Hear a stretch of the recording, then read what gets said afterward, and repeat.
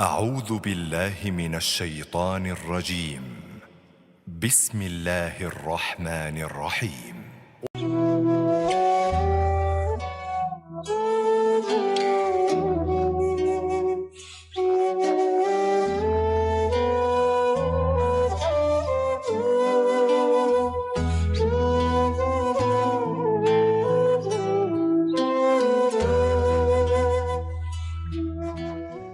Warahmatullahi wabarakatuh. Waalaikumsalam warahmatullahi wabarakatuh. Alhamdulillahilladzi arsala rasulahu bil huda wa dinil haqqi liyudhhirahu 'ala dini kullihi wa kafa billahi syahida. Asyhadu an la ilaha illallah wahdahu la syarikalah wa asyhadu anna Muhammadan abduhu wa rasuluh. Rabbi shrah li sadri wa yassir li amri wahlul 'uqdatam min lisani yafqahu qawli. Allahumma la sahla illa ma ja'altahu sahla wa anta taj'alul hazna idza syi'ta sahla. Allahumma la ilma lana illa ma 'allamtana innaka antal alimul hakim.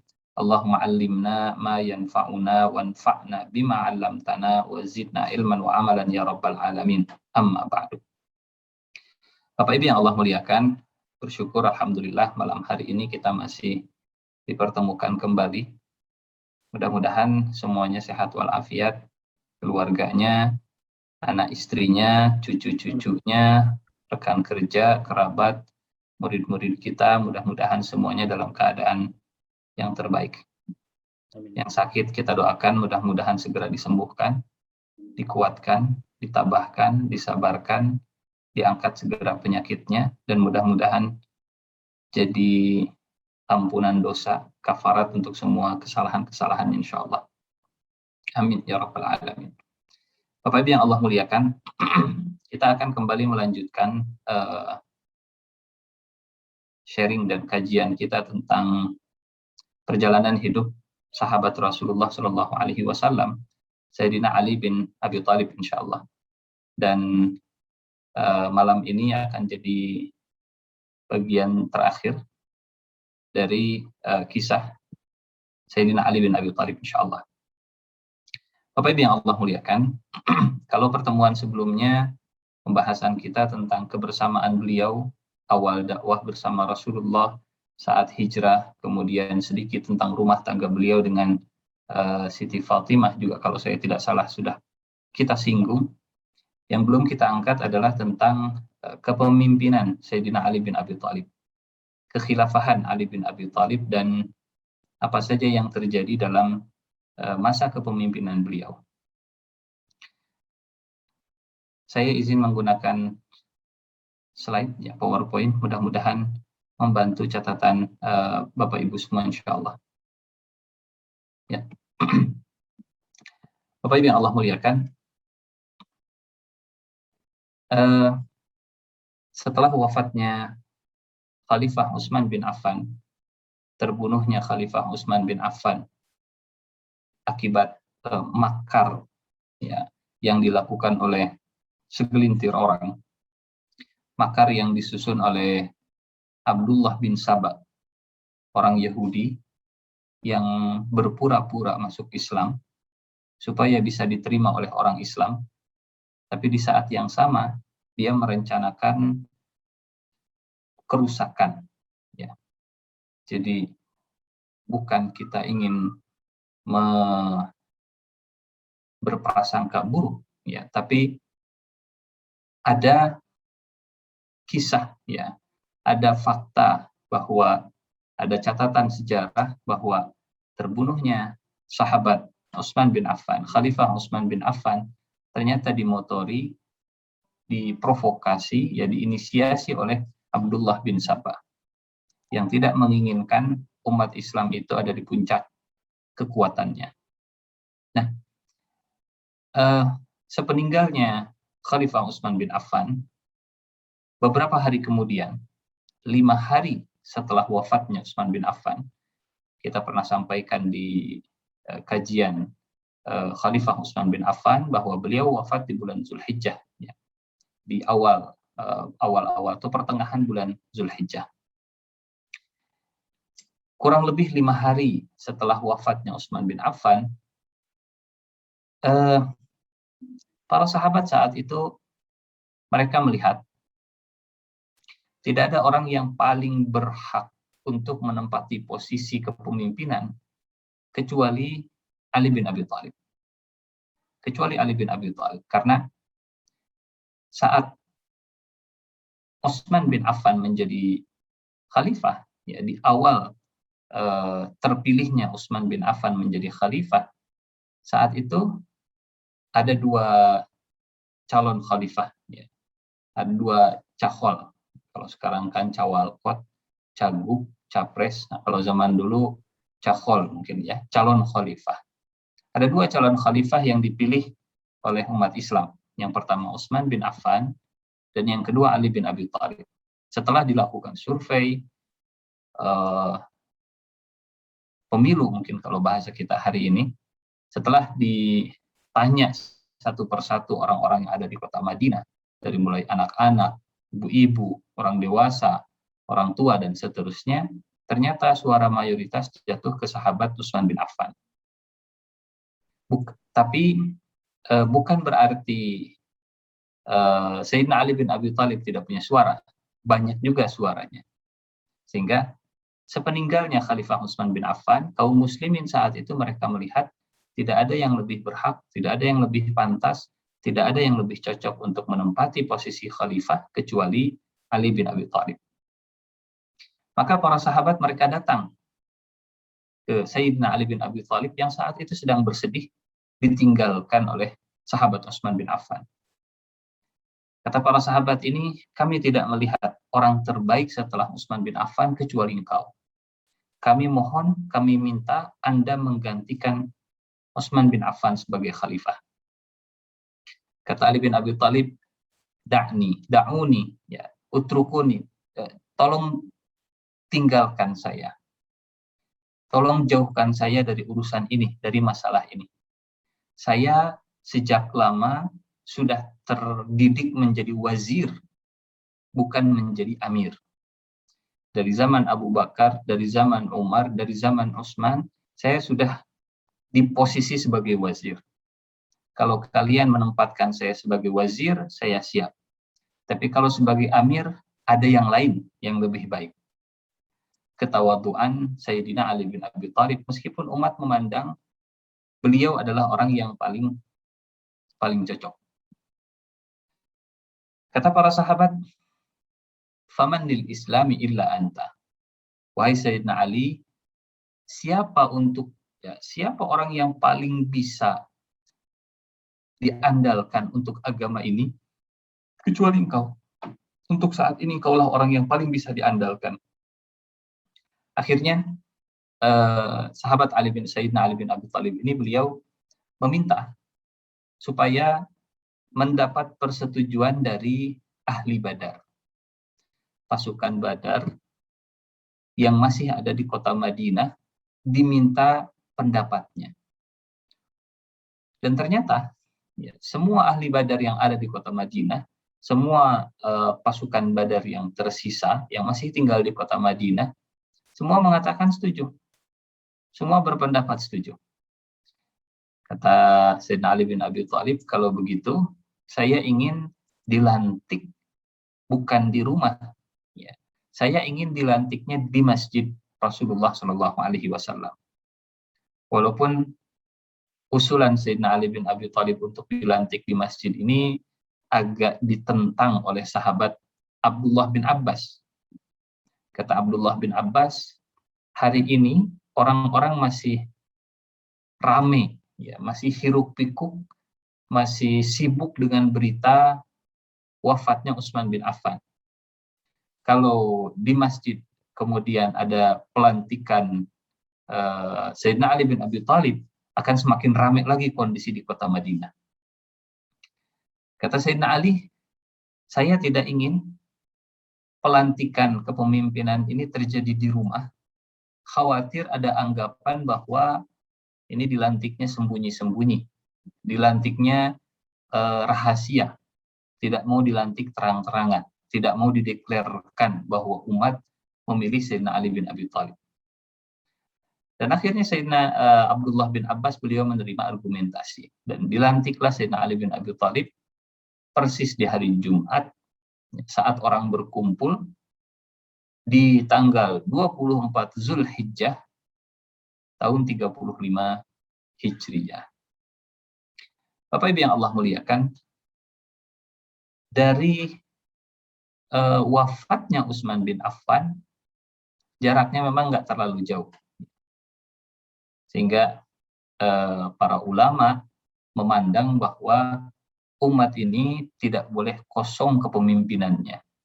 Walaupun umat masih disibukkan dengan kesedihan ditinggalkan oleh pemimpin mereka, ditinggalkan oleh Utsman bin Affan, tapi kepemimpinan tidak boleh kosong. Harus ada yang memimpin umat. Bahkan jauh sebelum kepemimpinannya Ali bin Abi Thalib, kekhilafahan Ali bin Abi Thalib, kita tahu saat Rasulullah Shallallahu Alaihi Wasallam meninggal dunia, para sahabat mereka memastikan bahwa umat ini ada pemimpinnya. Masih dalam suasana berkabung, ditinggal Rasulullah Shallallahu Alaihi Wasallam, para sahabat mereka memastikan bahwa tidak ada kekosongan kepemimpinan setelah Rasulullah Shallallahu Alaihi Wasallam. Terpilihlah Abu Bakar, sementara Rasulullah Shallallahu Alaihi Wasallam belum dikuburkan. Ini artinya pentingnya kepemimpinan dalam pandangan Islam. Tidak boleh ada kekosongan. Kalau kita hari ini, ya kalau kosong sudah ada PJS-nya, pejabat sementara dan seterusnya. Ini sesuai dengan syariat Islam. Ya, ini sesuai dengan pandangan para ulama. Jangan ada kekosongan kepemimpinan. Dilantik di hari Jumat, tanggal 24 Zulhijjah, meninggal di bulan Ramadan, tahun 40 Hijriah, tepatnya di tanggal 17 Ramadan. Masya Allah, ya. Di Nuzulul Quran. Meninggal 17 Ramadan di waktu subuh, ya syahid saat berangkat sholat subuh, ditikam, dibunuh. Kisahnya nanti insya Allah akan kita ceritakan. Di usia 63 tahun. Usia yang sama seperti usianya Rasulullah Sallallahu Alaihi Wasallam, berdekatan. Ya. Usia Abu Bakar dengan usia Rasulullah berdekatan wafatnya. Usia Sayyidina Ali bin Abi Thalib dengan usia Rasulullah Sallallahu Alaihi Wasallam juga berdekatan. Nah, Bapak Ibu yang Allah muliakan, ada satu ayat yang ingin kita garis bawahi untuk mengawali kajian kita tentang kekhilafahan Ali bin Abi Thalib, kepemimpinan Ali bin Abi Thalib. Dalam surat Al-Baqarah, ya, surat Al-Baqarah ayat 134, kalau saya tidak salah, 134. A'udzubillahi minasyaitonirrajim. Bismillahirrahmanirrahim.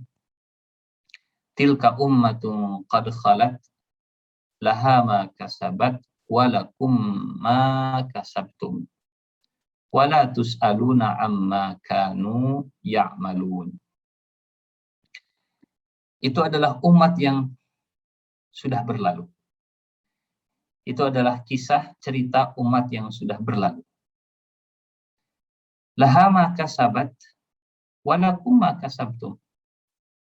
Bagi mereka balasan apa yang telah dikerjakan. Orang-orang terdahulu, ya, mereka sudah beramal dan mereka akan dapat balasannya. Dan bagi kita, bagi kalian, kata Allah, apa yang sudah kalian usahakan? Bagi kalian, bagi kita semua, Allah akan memberikan ganjaran atas pekerjaan amalan kita. Wala tus'aluna amma kanu ya'malun. Kita tidak akan dihisab oleh Allah atas peristiwa yang terjadi sebelum kita. Kita tidak akan dimintai pertanggungjawaban atas peristiwa-peristiwa yang tidak kita kerjakan. Kenapa ini kita angkat, ayat ini kita angkat? Bapak Ibu yang Allah muliakan, di masa kekhilafahan Ali bin Abi Thalib ini ada banyak peristiwa, ada banyak fitnah, ada banyak kejadian, ada banyak hal-hal yang boleh jadi membuat kita akan mengernyitkan dahi. Kok bisa ya? Kok begitu ya? Dan seterusnya. Sehingga tolong ayat ini dijadikan pegangan. Yang lalu sudah berlalu. Mereka yang bekerja, mereka yang beramal, mereka yang melakukan, mereka akan mendapatkan ganjaran dan balasan. Dan apa yang mereka kerjakan bukan jadi tanggung jawab kita. Kita tidak akan dihisab, sehingga jangan kemudian merepotkan diri kita dengan sesuatu yang bukan tanggung jawab kita. Ini ayat surat Al-Baqarah 134 mengingatkan kepada kita agar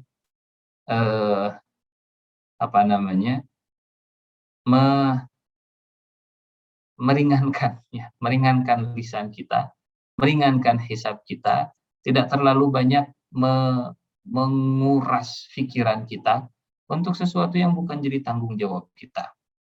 Nah, insya Allah setelah masuk ke inti dari kajiannya, insya Allah kita akan menemukan korelasinya, relevansinya.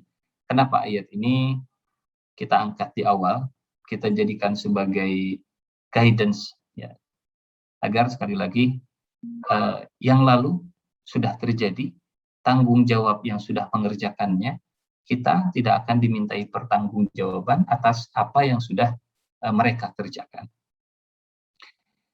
Bapak Ibu yang Allah muliakan, sekilas peristiwa yang terjadi di zaman kekhilafahan Ali bin Abi Thalib. Di zaman kekhilafahan Ali bin Abi Thalib. Setidaknya ada 2 poin besar ya, yang kita ingin coba angkat. Yang pertama terkait dengan beberapa sahabat yang tidak membaiat Ali bin Abi Thalib, yang tidak ikut melantik, ya, membaiat itu melantik kalau bahasa kita hari ini, melantik, mendukung, menunjukkan loyalitasnya kepada sahabat Ali bin Abi Thalib, dan tidak membaiat Ali bin Abi Thalib ini dengan berbagai macam latar belakang, mayoritasnya dari nama-nama ini, mayoritasnya karena banyak yang berada di luar kota Madinah Al-Munawwarah. Banyak yang sudah menyebar. Ada yang ke Afrika, ada yang ke mana? Ya, mendekat ke Andalusia, ada yang ke Azerbaijan, ke Asia Tengah.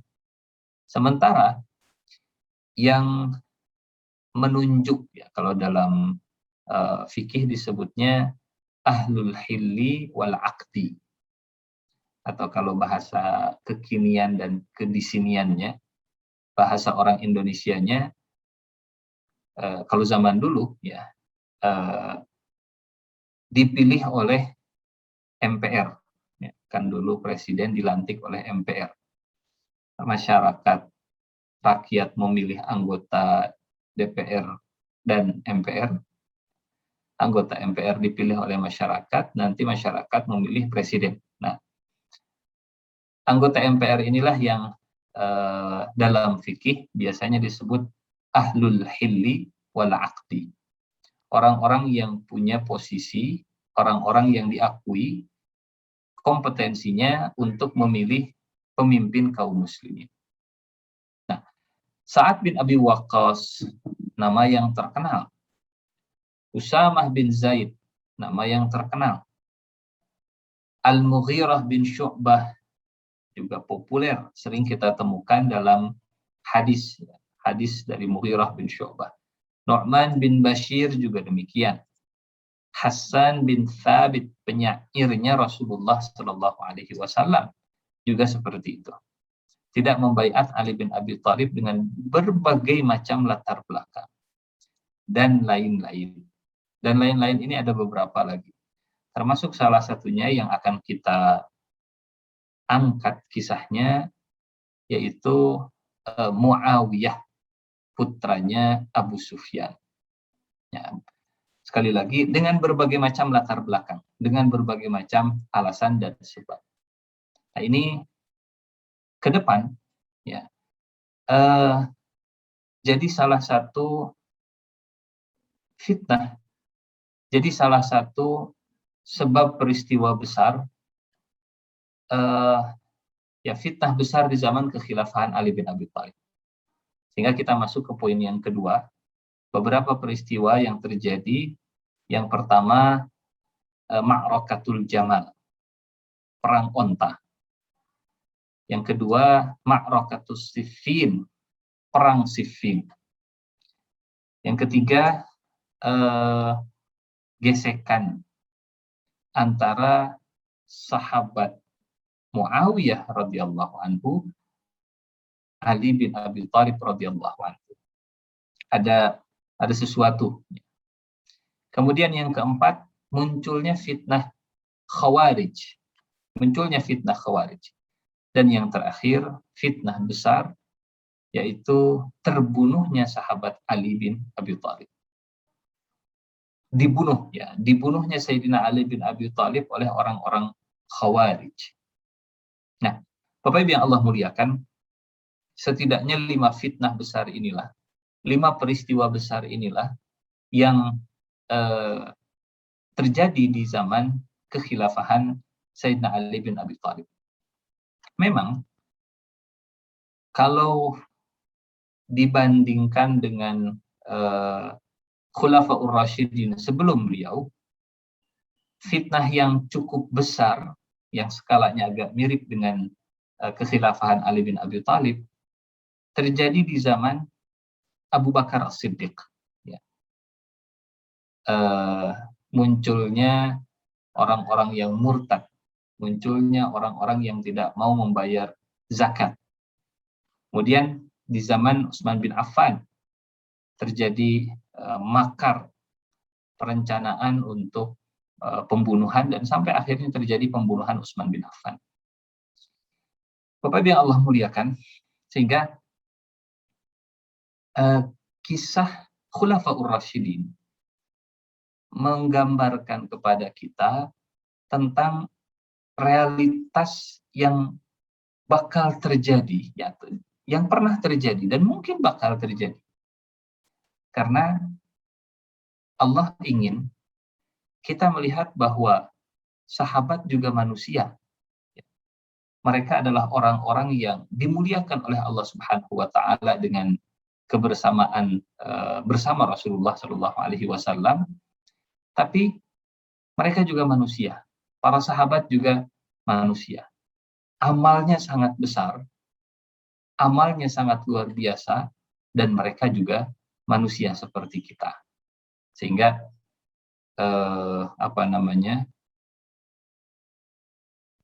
memahami atau menyadari realitas bahwa para sahabat juga manusia, ini membuat kita jauh lebih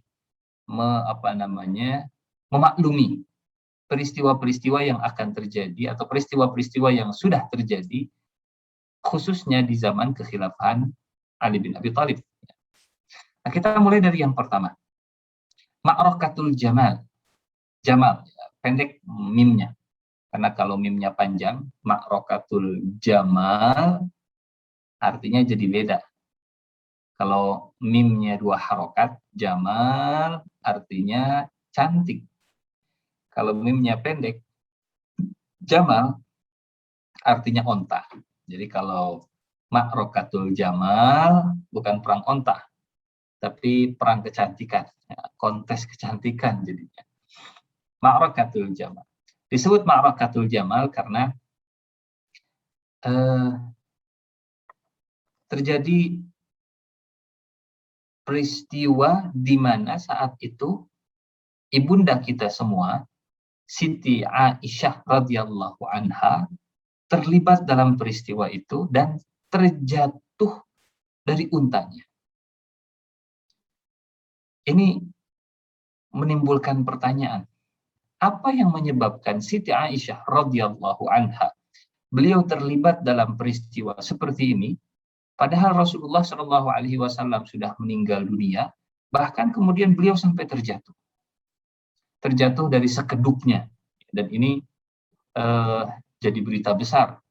Istri Rasulullah Shallallahu Alaihi Wasallam terjatuh dari unta, sehingga dinamakan peristiwa perang unta. Bukan karena ontanya saling berperang, bukan ya. Karena ada satu peristiwa yang di situ Siti Aisyah radhiyallahu anha beliau terjatuh dari untanya.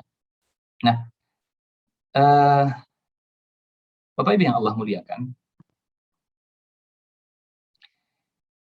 ternyata ya semua fitnah-fitnah ini, dari mulai fitnah Ma'rakatul Jamal, fitnah Ma'rakatul Siffin, fitnah antara Muawiyah dan Ali bin Abi Thalib, fitnah Khawarij, dan sampai akhirnya yang puncaknya terbunuhnya sahabat Ali bin Abi Thalib, ternyata semua bermula dari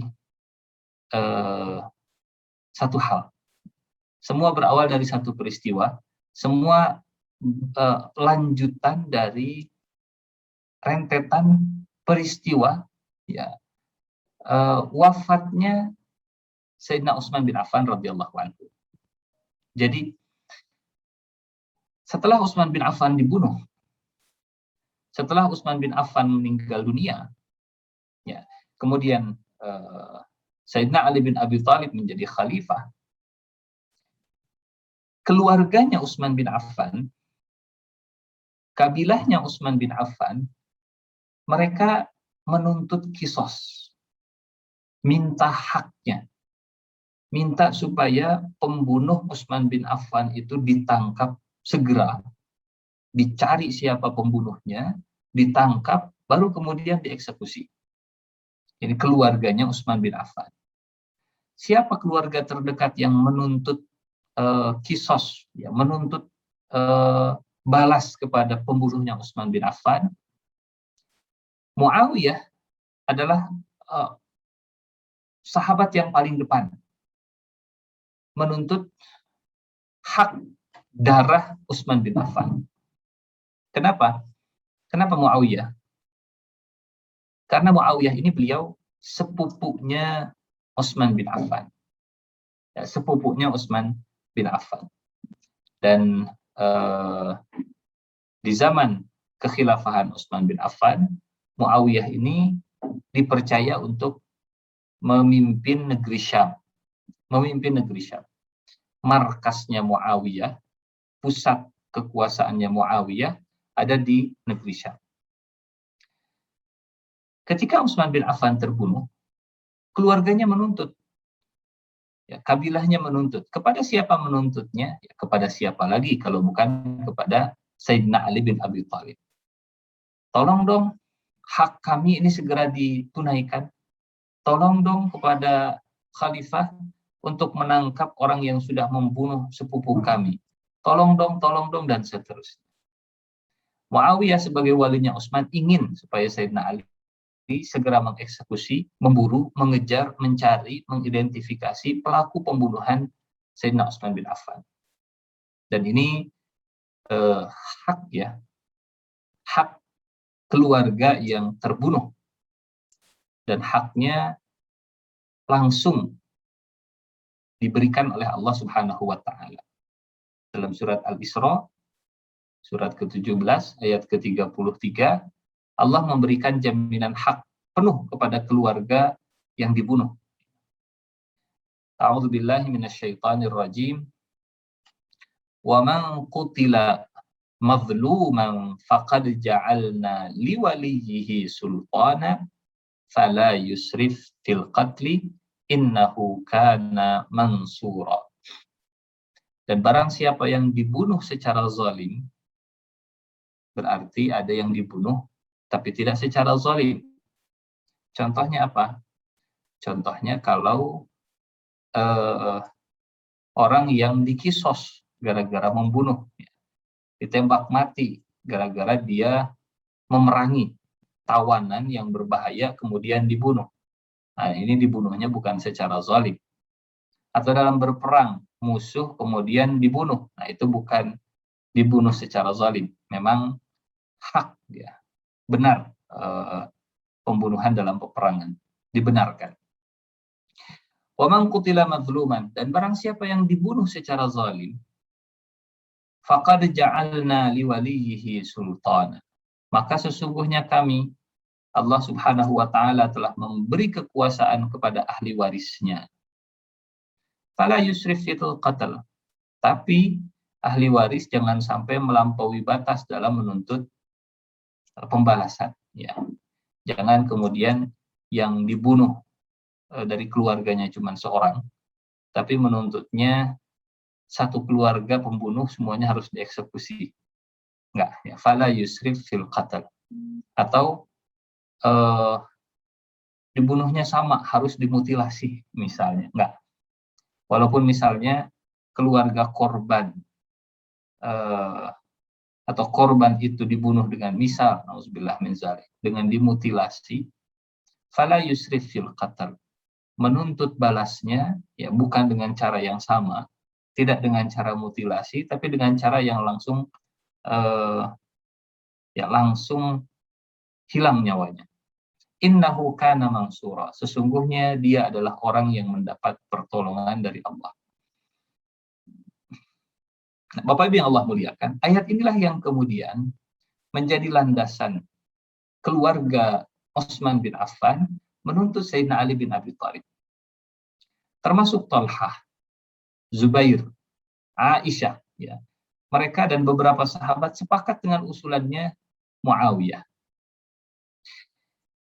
Bahkan Talhah, Zubair, dan Aisyah menawarkan bantuan kepada Sayyidina Ali bin Abi Thalib, ya, untuk meringankan tugas dengan menyiapkan pasukan di Kufah, di Basrah, pasukan khusus, ya,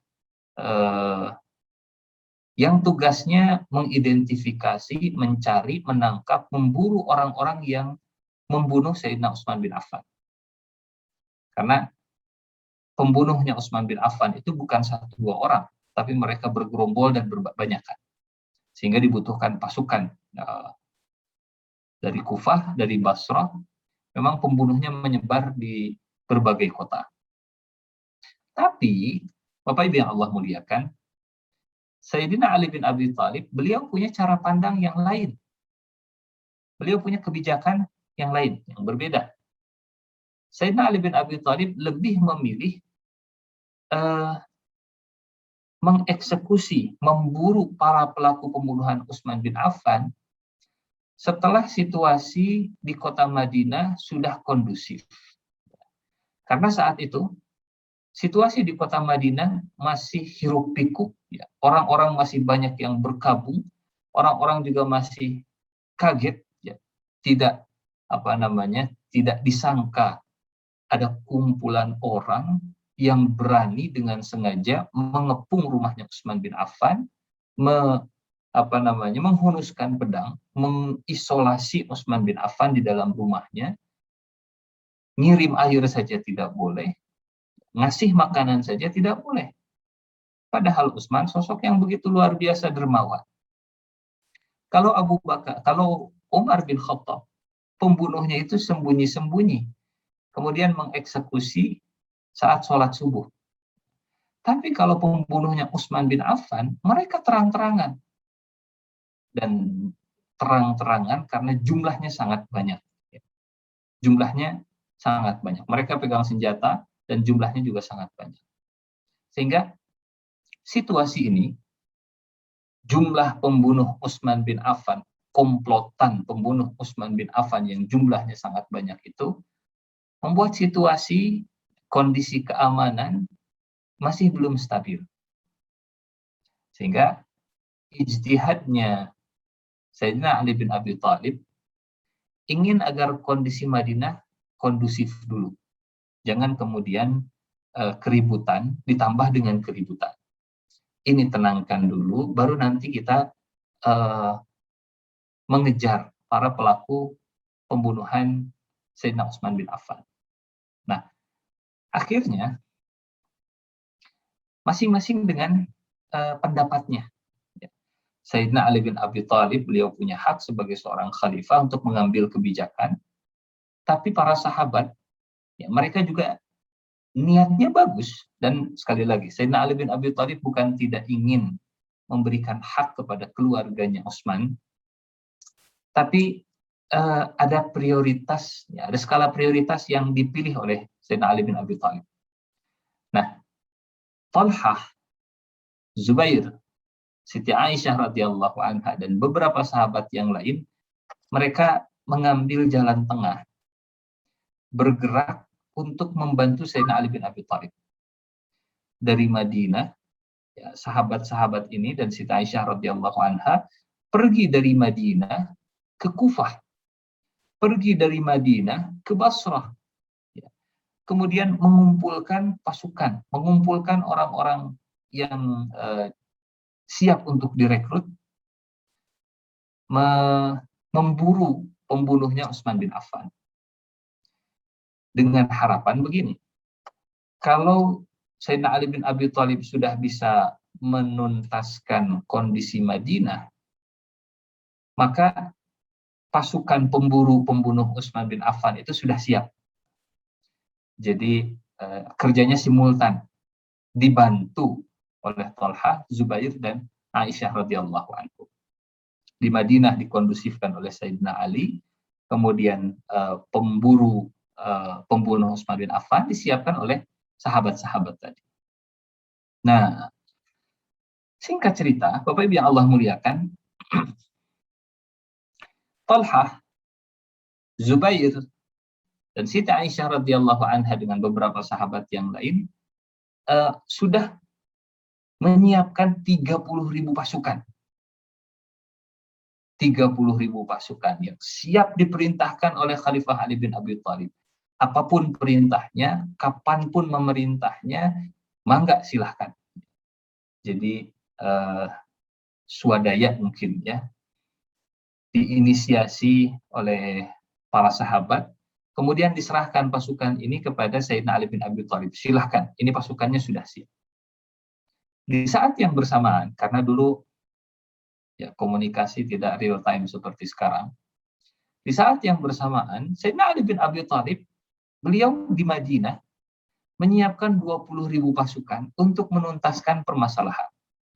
Karena para dalang dan aktor pembunuhan Utsman bin Affan mayoritasnya memang menyebar di Kufah dan Basrah. Sembunyinya di Kufah dan Basrah. Sehingga di Kufah dan Basrah ada 30.000 pasukan disiapkan oleh Talhah, Zubair, dan Aisyah. Dari Madinah, Sayyidina Ali bin Abi Thalib menyiapkan 20.000 pasukan. Tujuannya sama, ingin segera menuntaskan permasalahan. Berangkatlah pasukan Sayyidina Ali bin Abi Thalib ke Basrah dan bertemu dengan pasukan Basrah. 20.000 lawan 30.000. Kalau dua pasukan sudah bertemu dan komunikasi buntu, ya yang bakal terjadi pasti salah paham, tegang, perang ujung-ujungnya. Sehingga Sayyidina Ali bin Abi Thalib, beliau mengutus Al-Qa'qa' bin Amr, utusan Sayyidina Ali bin Abi Thalib, untuk memastikan ini pasukan siapa, siapa yang membentuk, siapa yang menyusun, apa motivasinya, apa misinya. Datanglah Al-Qa'qa' bin Amr, beliau bertemu, ternyata pasukan ini dibentuk oleh Talhah, didatangi Talhah. Kata Al-Qa'qa', apa maksud Anda menyusun pasukan ini? Kata Talhah, kami menyiapkan pasukan untuk membantu Sayyidina Ali bin Abi Thalib. Silahkan pasukan ini dipimpin oleh Sayyidina Ali bin Abi Thalib. Oke. Kemudian konfirmasi, Qa'qa' bin Amr datang ke Zubair bin Awwam. Apa maksud dari dibentuknya pasukan ini?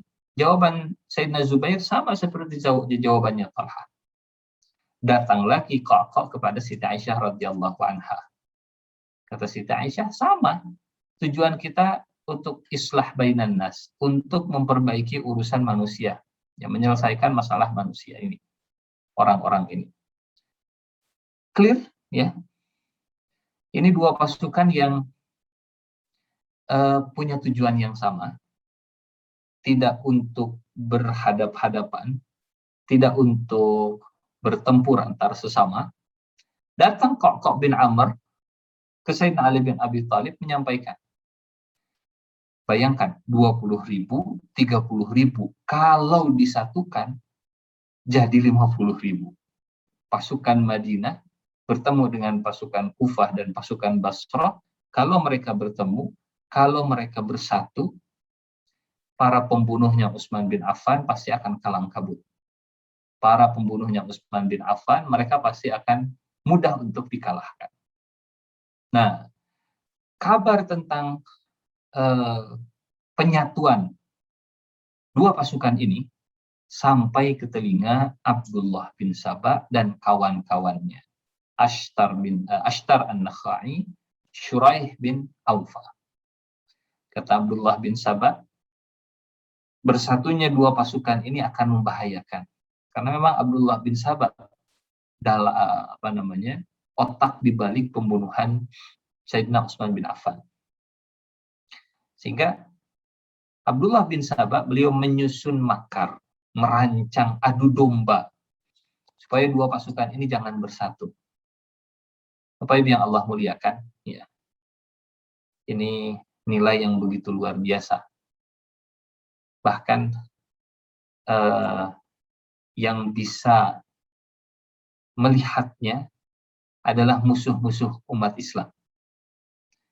Musuh-musuh umat Islam, mereka takut kalau umat Islam itu bersatu.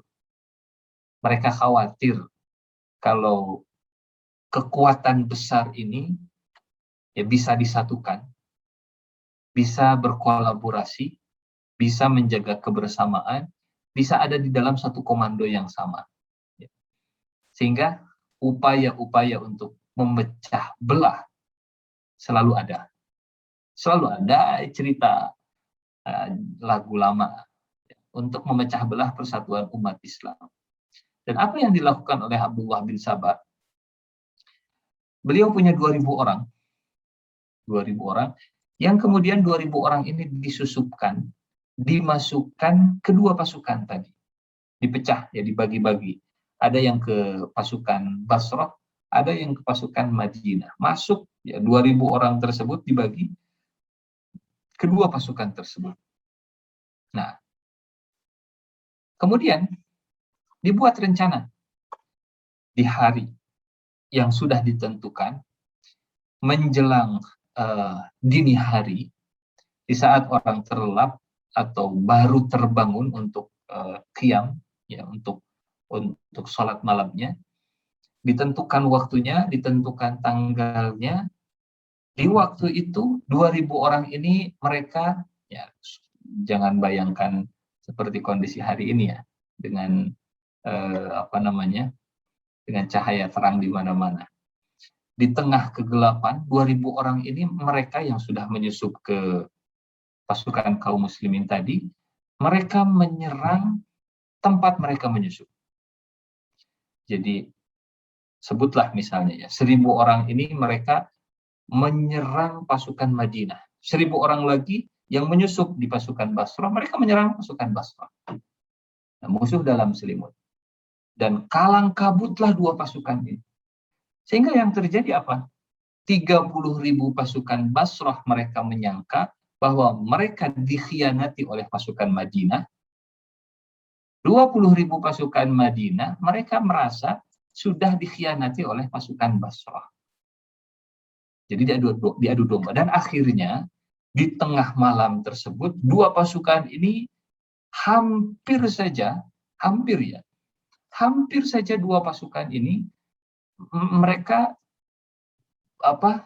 adu perang, ya. Hampir saja mereka bertempur habis-habisan. Kalau bukan Sayyidina Ali bin Abi Thalib yang kemudian maju ke depan sampai ke perbatasan pasukan, sampai ke ujung pasukan, kemudian berteriak, mana Zubair bin Awam, mana Talhah. Kondisi saat itu sedang kacau. Ya. Kondisi saat itu sedang kacau. Akhirnya Zubair bin Awam datang, sampai diceritakan leher kudanya Sayyidina Ali dengan leher kudanya Zubair bin Awam itu saling nempel. Sudah ya, kalaupun misalnya terjadi kontak fisik, itu jaraknya sudah sangat dekat sekali. Ada dialog di situ antara Sayyidina Ali bin Abi Thalib dengan Zubair bin Awam. Dan ya, di tengah kondisi hiruk-pikuk seperti tadi, nah inilah sekedupnya Siti Aisyah radhiyallahu anha ya, terjatuh, sehingga peristiwa ini kemudian dikenal dengan peristiwa Ma'rakatul Jamal. Ma'rakatul Jamal. Karena ketika kepanikan itu terjadi, semua naik ke atas kendaraannya, semua naik ke atas kudanya yang bawa kuda, semua naik ke atas ontanya yang bawa onta.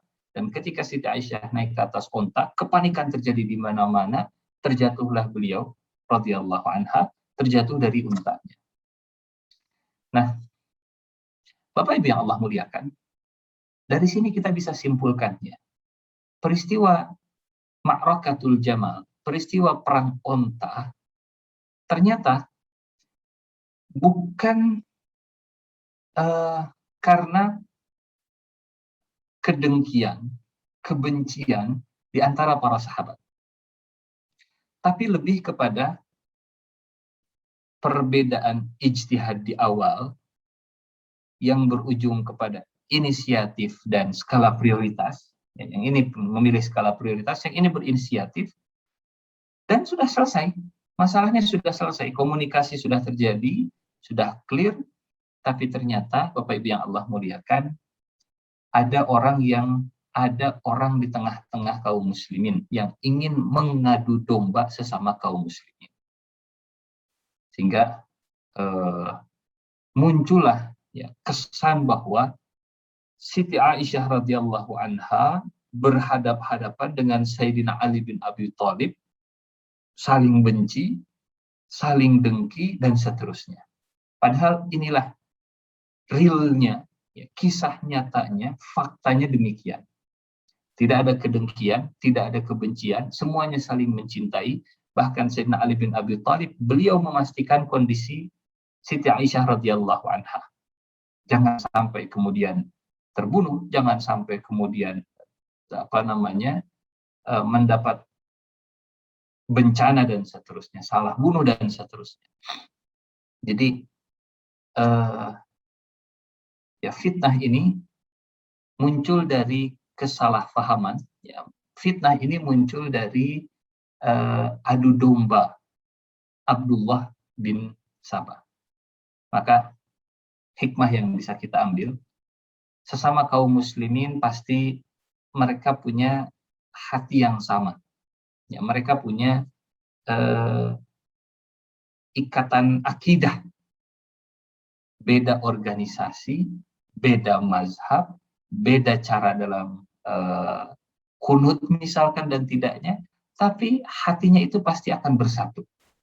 Yang berbahaya bukan perbedaan, yang berbahaya adalah yang mengadu domba di tengah perbedaan tersebut. Ini tentang Ma'rakatul Jamal atau perang unta.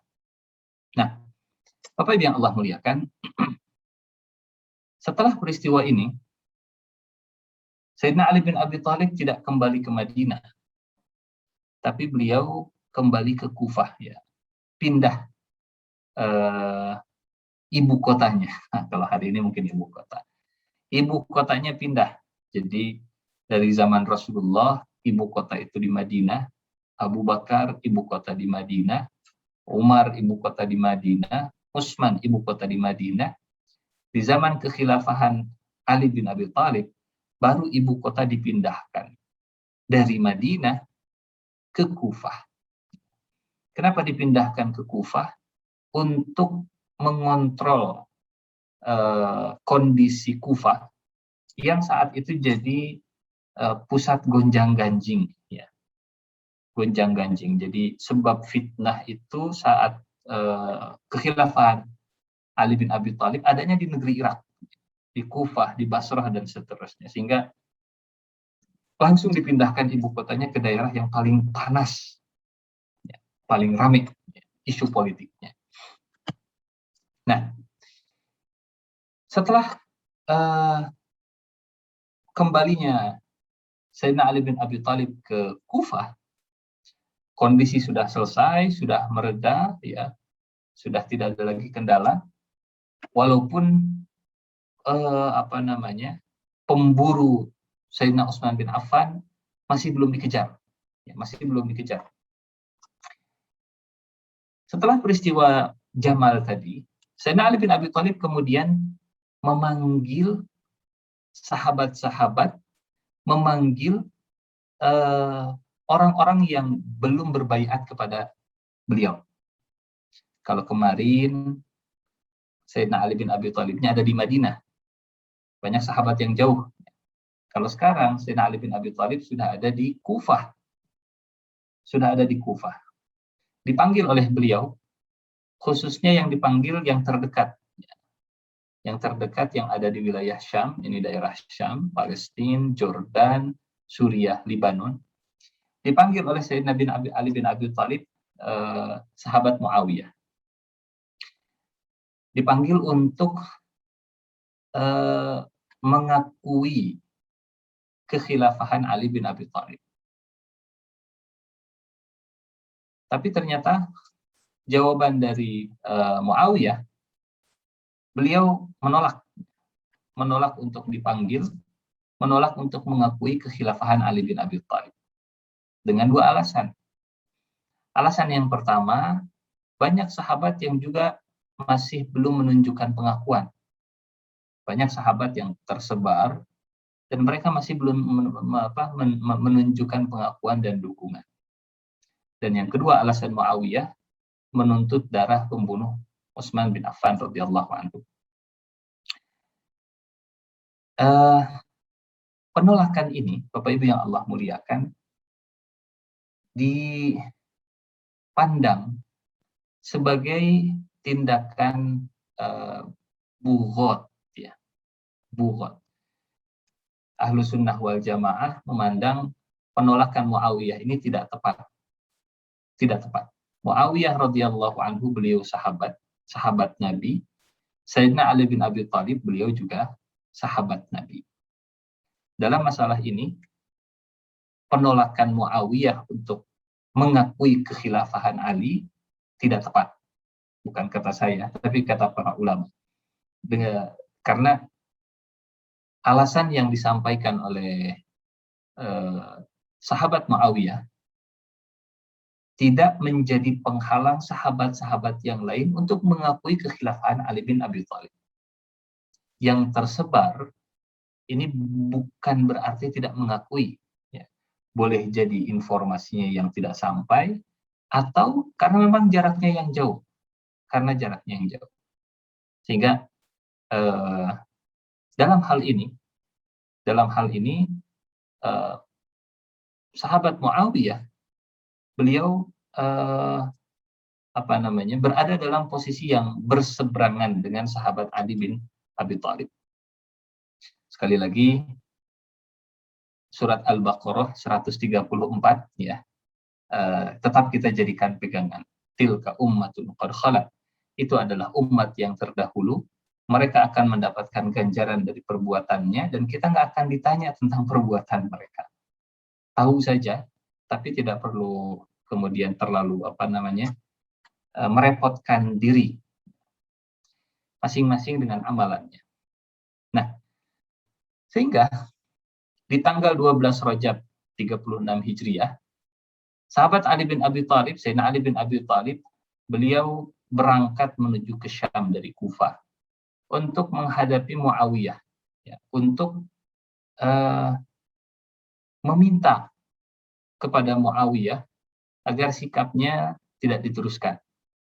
Karena kalau pengakuan dari seorang Muawiyah, gubernur Syam,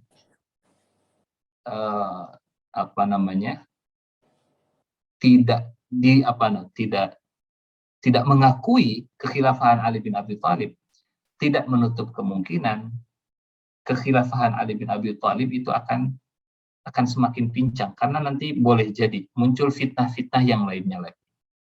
Dan ini tindakan Sayyidina Ali bin Abi Thalib ini dibenarkan oleh Allah Subhanahu wa taala, ya. Dalam surat Al-Hujurat ayat 9, Bapak Ibu yang Allah muliakan, wa in ta'ifatani minal mu'minina iqtatalu fa aslihu bainahuma fa in baghat ihdahuma 'alal ukhra faqatilul lati tabghi hatta tafi'a ila amrillah fa in fa'at fa aslihu bainahuma bil 'adli wa aqsitu innallaha yuhibbul muqsitin. Dan kalau ada dua golongan dari mereka yang beriman itu berperang, perhatikan kalimat dua golongan orang beriman berperang. Artinya tidak menutup kemungkinan, ya, antara orang yang beriman terjadi gesekan, bahkan gesekannya sampai ke tahap iqtital, ya, kontak fisik. Dan kalau ada dua golongan dari mereka yang beriman itu berperang, hendaklah kamu damaikan antara keduanya. Islah. Tapi kalau yang satu melanggar perjanjian terhadap yang lain, fa in baghat ihdahuma 'alal ukhra, hendaklah yang melanggar perjanjian itu kamu perangi sampai surut kembali pada perintah Allah. Kalau dia telah surut, kalau dia sudah berhenti, damaikan di antara keduanya dan hendaklah berlaku adil. Karena Allah mencintai orang-orang yang berlaku adil. Bapak Ibu yang Allah muliakan, tindakan tegas Sayyidina Ali bin Abi Thalib ini diambil dan landasannya jelas, ya. Argumentasinya jelas. Al-Hujurat ayat 9.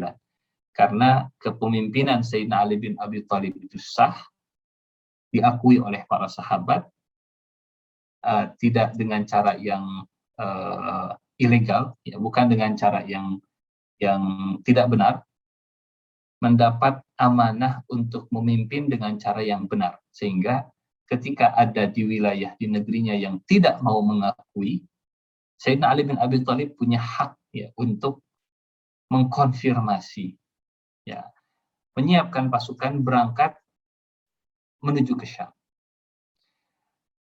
Di saat yang sama, saat Sayyidina Ali bin Abi Thalib berangkat ke Syam, informasinya sampai ke Muawiyah.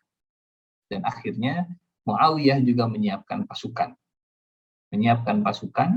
Dan dua pasukan ini berhadap-hadapan di daerah namanya daerah Siffin.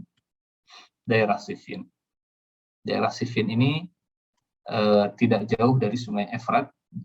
Sungai Efrat, perbatasan antara Irak dengan Syam. Di Sungai Siffin. Memang saat bertemu dua pasukan ini tidak langsung terjadi peperangan. Sesuai dengan perintah Allah, fa'aslihu dulu, damaikan dulu, negosiasi dulu, diplomasi dulu, dialog dulu, ya. Rekonsiliasi dulu kalau bahasa kita hari ini. Kalau ternyata mentok, maka Allah mengizinkan faqatilul lati tabghi. Berbulan-bulan dialog berlangsung tanpa ada hasil.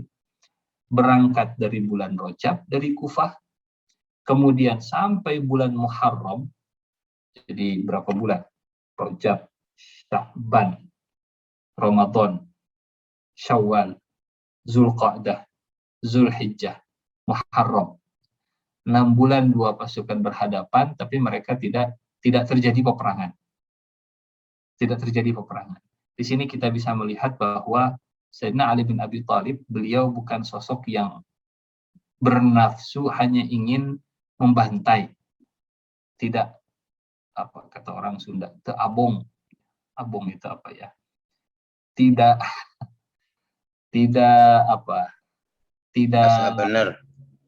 arogan, ya, dengan kekuasaannya. Semua yang berbeda langsung dihabisi.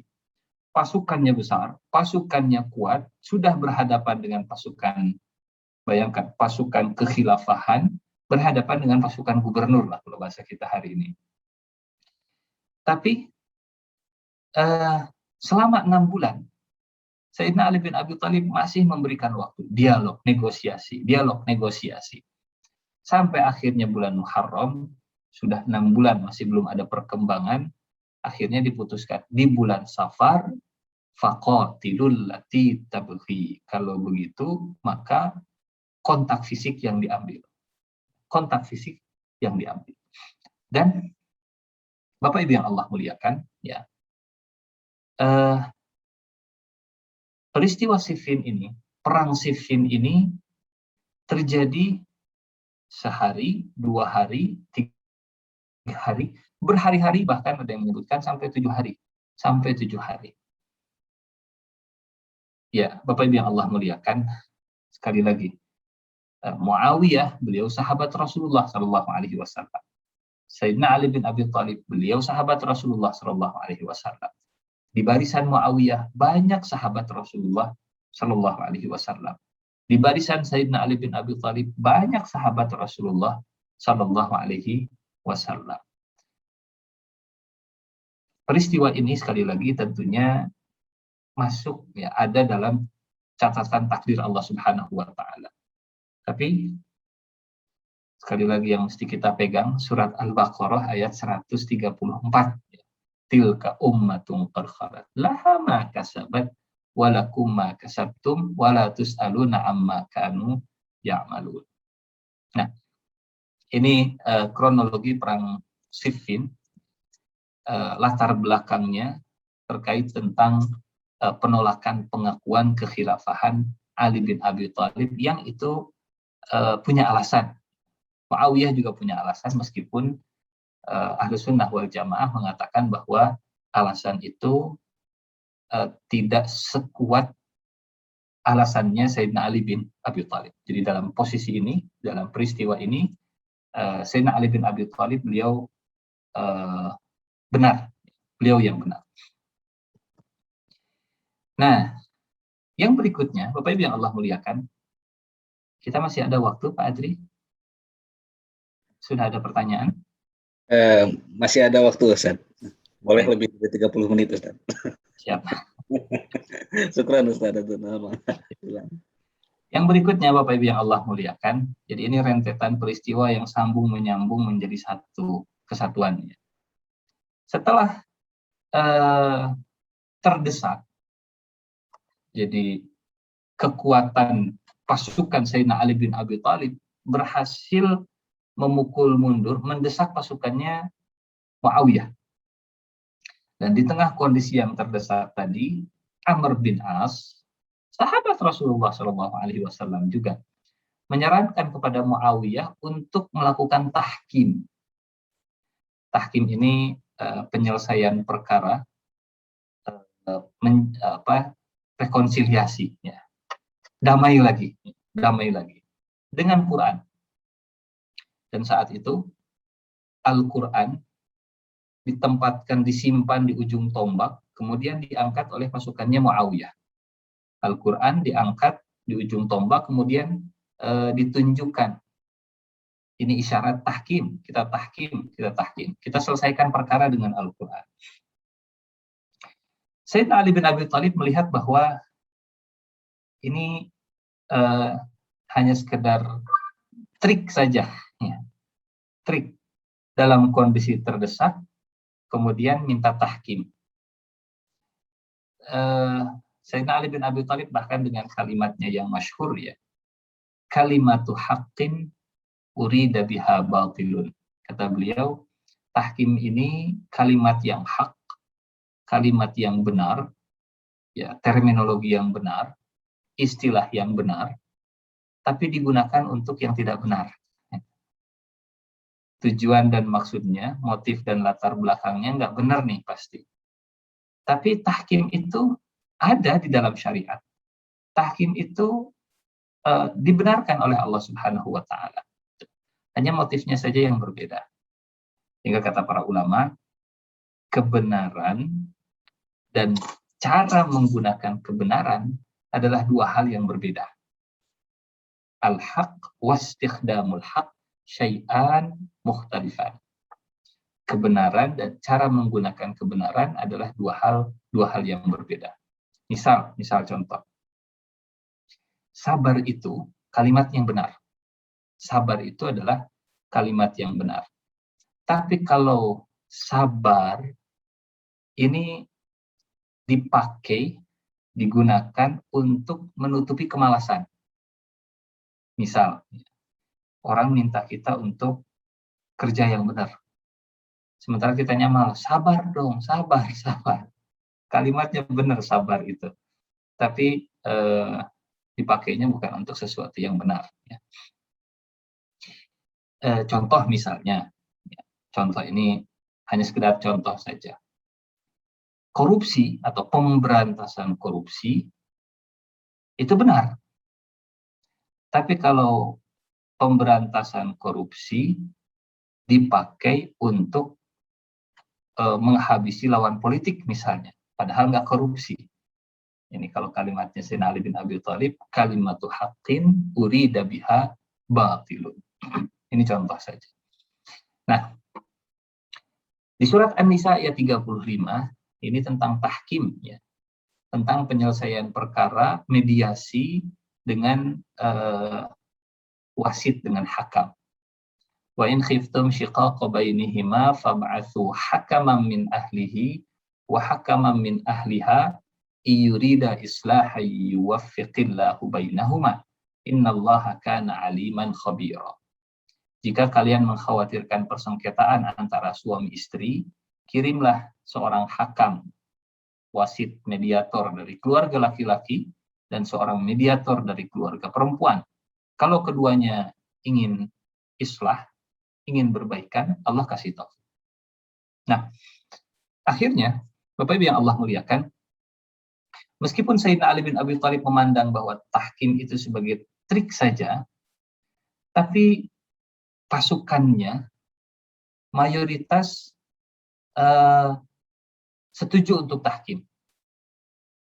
Nah, inilah kalau bahasa kita hari ini demokratisnya Sayyidina Ali bin Abi Thalib, mungkin begitu ya. Meskipun punya pandangan tersendiri, tapi karena suara mayoritas pasukannya mengatakan terima tahkim. Akhirnya Sayyidina Ali bin Abi Thalib menerima tahkim. Ikut tahkim. Dan mediatornya dari pihak Muawiyah diutus Amr bin As yang mengusulkan tahkim. Dari pihak Ali bin Abi Thalib dikirim Abu Musa al-Asy'ari. Dan mereka sepakat mediasi ini nanti dilakukan di daerah namanya Daumatul Jandal. Tapi, Bapak Ibu yang Allah muliakan, keputusan Sayyidina Ali bin Abi Thalib untuk menerima tahkim ini ternyata tidak disetujui oleh sebagian orang-orang yang ada di barisan Sayyidina Ali bin Abi Thalib. Dan mereka, saking tidak setujunya dengan keputusan tahkim ini, mereka menarik diri dari barisan Sayyidina Ali bin Abi Thalib, keluar, ya, membelot mungkin ya, keluar dari barisan Sayyidina Ali bin Abi Thalib. Nah, keluar itu bahasa Arabnya khoroja, yang keluar dari barisan Sayyidina Ali bin Abi Thalib, kemudian dikenal dengan golongan Khawarij. Kenapa mereka keluar dari barisan Sayyidina Ali bin Abi Thalib? Karena menganggap ini tahkimnya nggak benar. Walaupun tahkim itu ada di dalam Al-Quran, tapi tahkim seperti ini nggak benar. Ini tahkim sesat. Dan kalau mengikuti, kalau diiyahkan, berarti yang mengiyahkan juga sama sesatnya. Nah, kalau sudah sesat, berarti dia kufur. Kalau sudah kufur, berarti halal darahnya. Begitu begitu ekstrim ya, dalam memahami dan menyikapi peristiwa tahkim ini. Bahkan, Bapak Ibu yang Allah muliakan, ini fenomena yang mengerikan. 12.000 orang ini sebelumnya mereka pendukung Sayyidina Ali bin Abi Thalib. Tapi setelah peristiwa tahkim, mereka jadi orang yang paling dahsyat menyerang Sayyidina Ali bin Abi Thalib. Jauh lebih mengerikan dari serangan atau dari gesekan dengan pasukan Muawiyah itu sendiri. Jadi ya sangat mengerikan ya. Yang sebelumnya ada di lingkaran terdekat Sayyidina Ali bin Abi Thalib, mendukung dengan begitu luar biasa, tiba-tiba berubah menyerang dengan begitu luar biasa. Sayyidina Ali bin Abi Thalib punya kalimat yang indah. Kata beliau begini, ahbib habibaka haunan ma asa an yakuna baghiduka yauman ma abghid baghidaka haunan ma asa an yakuna habibuka yauman ma. Cintailah kekasihmu sekadarnya saja, boleh jadi dia akan menjadi pembencimu di hari-hari yang lain. Bencilah pembencimu sekadarnya saja, boleh jadi dia akan jadi kekasihmu di hari-hari yang lain. Jadi fanatisme buta kecintaan terhadap seseorang yang bukan nabi, manusia biasa, sekadarnya saja. Karena kalau terlalu ekstrim ya kecintaan dan kebenciannya, ya ini fenomena yang terjadi, fenomena Khawarij. Awalnya pendukung fanatis Sayyidina Ali bin Abi Thalib, tapi karena kecewa dengan satu pilihan yang tidak salah, hanya bentuk ijtihad saja, mereka sampai berani menyesatkan Sayyidina Ali bin Abi Thalib, menghalalkan darah Sayyidina Ali bin Abi Thalib, bahkan membunuh sahabat Nabi, Abdullah bin Khabbab salah satunya. Bahkan istrinya yang sedang hamil juga dibunuh. Karena dianggap semua yang menyetujui tahkim, semuanya sesat. Kalau sesat, kufur. Kalau kufur, halal darahnya. Sehingga pemahaman Khawarij ini, sekecil apapun kemaksiatan, berarti sama dengan kekufuran. Sangat mengerikan. Sangat mengerikan. Nah, Bapak Ibu yang Allah muliakan, ini nyambung dengan wafatnya Sayyidina Ali bin Abi Thalib. Dari fitnah Khawarij ini muncullah sosok Abdurrahman bin Muljim. Abdurrahman bin Muljim. Khawarij saat menikah dengan perempuan namanya Kutom atau Kitom, wanita yang sangat cantik, istrinya ini menuntut mahar nyawanya Sayyidina Ali bin Abi Thalib. Jadi kalau ingin menikah dengan Kitom atau Kutom, maka maharnya adalah darah Sayyidina Ali bin Abi Thalib. Dan namanya bagus ya, Abdurrahman. Tapi pemahamannya yang mengerikan.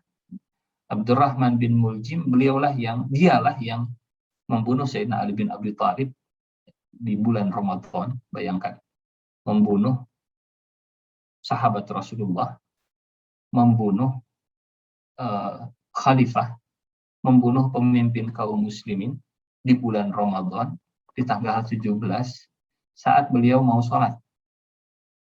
Jadi begitu berbahaya ya pemahaman Khawarij seperti ini ya. Sehingga Bapak Ibu yang Allah muliakan, fitnah-fitnah yang terjadi, peristiwa-peristiwa yang terjadi di zaman Sayyidina Ali bin Abi Thalib, yang paling dahsyat ya, selain fitnah yang muncul dari Abdullah bin Sabah yang mengadu domba kaum muslimin, fitnah terbesar di zaman Sayyidina Ali bin Abi Thalib adalah fitnah Khawarij. Fitnah Khawarij. Syahidlah Sayyidina Ali bin Abi Thalib di hari Jumat tanggal 17 Ramadan di tahun 40 Hijriah ya. Tepat kepemimpinan beliau selama 4 tahun 9 bulan. 4 tahun 9 bulan. Bapak yang Allah muliakan, alhamdulillah kisah perjalanan hidup Sayyidina Ali bin Abi Thalib sampai ke ujungnya. Ya, mudah-mudahan kalau malam ini kita cerita tentang beliau di surga, mudah-mudahan kita bisa berkumpul dengan beliau insya Allah. Mudah-mudahan Amin. menjadi cita-cita kita semua insya Allah. Saya kira ini saja yang bisa disampaikan. Qul qouli hadza wa astaghfirullah li wa lakum. Mangga Pak Adri. Assalamualaikum warahmatullahi wabarakatuh. Baik, terima kasih Ustadz Abdul Amin. Pada malam hari ini telah tuntas sudah kisah Sayyidina Ali tersampaikan oleh guru kita Ustadz Samsudullah LC. Sebelum ditutup, nanti sebelum tutup kita berdoa bersama. Apakah ada yang mau ditanyakan barangkali? Sepertinya tidak. Oh, Prof. Endang, silakan.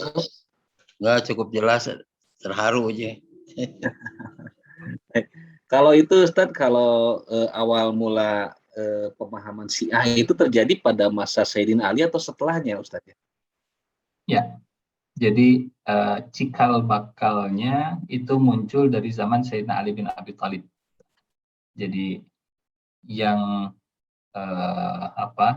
ekstrim menolak kebijakan Sayyidina Ali bin Abi Thalib jadi Khawarij, dan itu ekstrim ujung sana, ya. Ekstrim ujung sininya Syiah, gitu ya. Orang-orang yang berkumpul di sekitar Sayyidina Ali bin Abi Thalib untuk mendukung beliau, Pada awalnya akidahnya tidak berbeda, ya. Akidahnya itu nggak berbeda. Jadi antara akidah Muawiyah dengan akidah pendukung Sayyidina Ali bin Abi Thalib dengan akidahnya Khawarij, semuanya sama, ya. Semuanya pada awalnya sama. Semuanya ya murid Rasulullah Shallallahu Alaihi Wasallam. Seiring dengan waktu, seiring dengan ya perkembangan zaman, ya boleh jadi, kalau mudah-mudahan saya tidak salah ini menempatkan file dan foldernya gitu ya. Semua berawal dari gesekan politik. Kalau seandainya saya salah, mudah-mudahan Allah memaafkan. Tapi kalau kita lihat tadi, fitnah-fitnah tersebut ternyata bukan muncul dari perbedaan akidah, tapi muncul dari gesekan politis yang pada akhirnya berkembang ke masalah akidah. Khawarij awalnya tidak sepakat dengan keputusan ijtihad tahkim. Akhirnya memisahkan diri, dan kemudian semakin ekstrim pemikirannya. Ini sesat, kalau sesat kufur, kalau kufur halal darahnya, kalau begitu boleh dibunuh. Gitu. Nah, pendukung Sayyidina Ali bin Abi Thalib, ya awalnya sama seperti yang lain, tapi kemudian mendapat ada peran Abdullah bin Sabah juga dengan tangan-tangan lain yang kemudian meniup-niupkan sampai ke puncaknya bahwa Sayyidina Ali bin Abi Thalib ini bukan manusia biasa. Bahkan seharusnya beliau itu jadi khalifah pertama, bukan Abu Bakar As-Siddiq. Ditiupkan lagi bahwa Abu Bakar itu dengan Sayyidina Ali bin Abi Thalib tidak akur. Bahwa Rasulullah itu memberi wasiat yang harusnya jadi khalifah adalah Sayyidina Ali bin Abi Thalib. Terus begitu. Sampai ke puncak yang paling mengerikan dari akidahnya adalah bahwa malaikat Jibril itu salah menurunkan wahyu, harusnya yang jadi nabi adalah Sayyidina Ali bin Abi Thalib.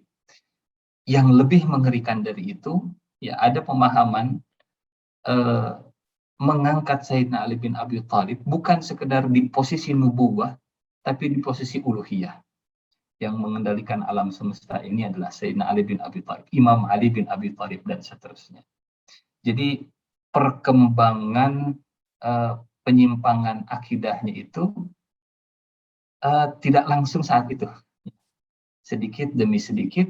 Dan ya kalau kita kembali lagi ke cerita tadi, dengan sahabat Muawiyah juga bukan perbedaan akidah, berawal dari pandangan ijtihad politik mungkinlah kalau bahasa kita hari ini, yang kemudian berkembang ke hal-hal yang lainnya. Seperti itu mungkin Pak Adri. Wallahu a'lam bishawab. Baik, sepertinya kalau membedah perlu waktu khusus barangkali ya Ustaz ya. Ini ceritanya panjang lagi seperti tadi perang Siffin dan perang Unta ya Ustaz. Betul. Ini Ustaz, ada dua pertanyaan, cuman mohon izin saya akan bacakan satu saja. Ini dari Dokter Siswa Budi yang menyatakan, Ustaz, kalau gelar karamallahu wajha itu sering kita dengar Ustaz. Sayyidina Ali bin Abi Thalib karamallahu wajha. Tapi kalau ke sahabat yang lain kita jarang mendengar Ustaz ya. Dan itu dari siapa Ustaz gelar tersebut? Baik. Secara umum, ya para sahabat itu termasuk Sayyidina Ali bin Abi Thalib, gelarnya radhiyallahu anhu. Dan gelar itu gelar yang langsung dikasih oleh Allah Subhanahu wa taala. Yang ngasihnya Allah ya, radhiyallahu anhu. Di surat Al-Bayyinah di ayat yang terakhir. Radhiyallahu anhum wa radu an dzalika liman khasyya rabbah. Jadi gelar radhiyallahu anhu itu juga gelar yang istimewa, gelar yang luar biasa gitu. Gelar karramallahu wajhah artinya semoga Allah memuliakan wajahnya. Ini juga gelar yang sangat luar biasa. Diriwayatkan, diceritakan bahwa Sayyidina Ali bin Abi Thalib mendapatkan gelar tersebut atau digelari seperti itu karena beliau tidak pernah melihat atau menjaga wajahnya dari melihat aurat, termasuk auratnya sendiri. Termasuk auratnya sendiri. Kan kalau kita mah, ya begitulah ya. Gitu. Jadi, ya kalau banding-banding, mana yang jauh lebih istimewa, karramallahu wajhah atau radhiyallahu anhu, gelar yang Allah berikan tentunya jauh lebih luar biasa, ya. Jauh lebih luar biasa. Kalau siapa yang memberi gelar karramallahu wajhah, ini saya mohon maaf, saya harus pastikan dulu apakah Rasulullah SAW atau orang-orang setelahnya yang memberikan. Saya tidak berani menjawab ya. Saya ingin pastikan dulu. Mudah-mudahan jadi PR bagi saya kalau ada pertemuan-pertemuan berikutnya insya Allah. Itu mungkin Dokter Siswa tadi ya. Baik Ustaz, terima kasih sekali. Syukran jazakallah khairan katsiran atas kisah inspirasi yang disampaikan pada malam hari ini. Sebelum ditutup, mohon izin Ustaz, tidak keberatan memohon untuk doa singkat saja barangkali untuk kita semua, kesehatan kita semua, dan istiqomahan kita terutama dalam thalabul ilmi dan juga dalam ibadah kepada Allah Subhanahu wa taala. Mohon doanya Ustaz. Baik. Bapak Ibu yang Allah muliakan, ya sebelum kita berdoa kita istighfar, mudah-mudahan dosa-dosa kita, kesalahan kita diampuni, yang menghalangi ijabah doa kita juga diangkat oleh Allah Subhanahu wa taala. Astaghfirullahaladzim, astaghfirullahaladzim, astaghfirullahaladzim, alladzi la ilaha illa huwal hayyul qayyum wa atubu ilaih. A'udzubillahi minasyaitonir rajim. Bismillahirrahmanirrahim. Hamdan yuwafi ni'amahu wa yukafi'u mazidah. Ya Rabbana lakal hamdu kama yanbaghi li jalali wajhikal karim wa 'azimi sultanik. Allahumma shalli ala sayyidina Muhammad wa ala alihi wa sahbihi ajma'in. Allahumma ighfir lana wa li walidina wa li ikhwanina alladhina sabaquna bil iman.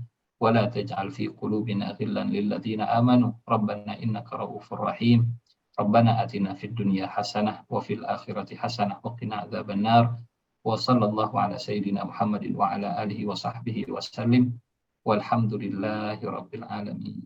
Amin. Alhamdulillah, semoga Allah ijabah doa kita semua pada malam hari ini, dan alhamdulillah juga ilmu telah kita dapat pada malam hari ini. Kembali lagi kepada benang merah thalabul ilmi ini adalah selain menambah wawasan, tentunya semoga menjadi wasilah meningkatnya pula keimanan dan ketakwaan kita kepada Allah Subhanahu wa taala. Dan hikmah yang didapatkan tadi semoga terus menempel pada diri kita dan tetap berpegang kepada tadi saja Al-Baqarah ayat 134. Semoga tetap tidak terus gitu ya fokus kepada cerita tersebut, tapi tetap kita menyongsong masa depan, beramal baik, beramal bijak, dan terutama untuk kehidupan kita di masa yang akan datang. Semoga kita semua dikumpulkan Allah di surganya Allah Subhanahu wa taala dan bertemu dengan para sahabat-sahabatnya Nabi, insyaallah. Amin ya rabbal alamin. Itu saja kegiatan thalabul ilmi kita kegiatan pada malam hari ini. Mohon maaf atas segala kekurangan dan kehilafannya. Kita tutup dengan doa kifaratul majelis bersama-sama. Subhanakallahumma wa bihamdika asyhadu alla ilaha illa anta astaghfiruka wa atubu ilaik. Walhamdulillahirabbil alamin. Billahi taufik wal hidayah. Wassalamualaikum warahmatullahi wabarakatuh. Waalaikumsalam warahmatullahi wabarakatuh. Ustaz, Abdi turun. kasadayana mangga. Assalamualaikum. Assalamualaikum. Sona sarehat. Nuhun Ustaz. Bahagia sami-sami.